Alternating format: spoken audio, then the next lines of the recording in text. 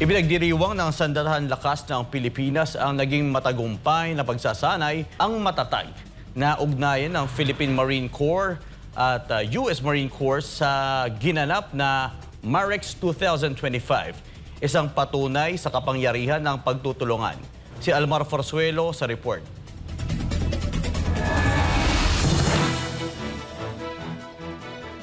Matagumpay na isinagawa ng Armed Forces of the Philippines o AFP sa pamamagitan ng Western Mindanao Commando West-MINCOM ang Marine Exercise o MAREX 2025 katuwang ang United States Marine Corps. Ang nabanggit na joint exercise ay isinagawa noong Abril 9 sa Barangay Pinansaran, Dato Blasinsuat, Maguindanao del Norte. Sa nasabing pagsasanay, ipinamalas ng mga sundalo ang matibay na ugnayang militar ng Pilipinas at Estados Unidos. Gayon din ang kanilang kahandaan sa isang komplikadong operasyon. Pinangunahan ng commander ng 1st Marine Brigade ang MAREX 2025 at isinagawa sa ilalim ng superbisyon ng Joint Task Force Central.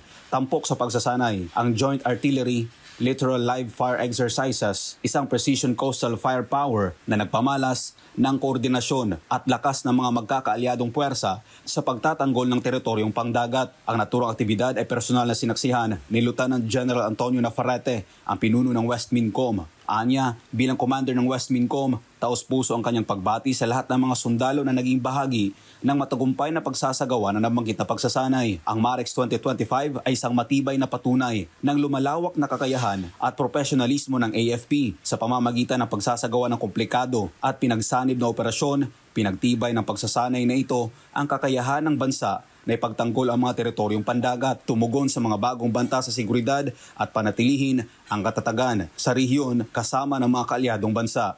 Para sa Diyosa sa Pilipinas, Kumahal Almar Forzuelo, SMNI News.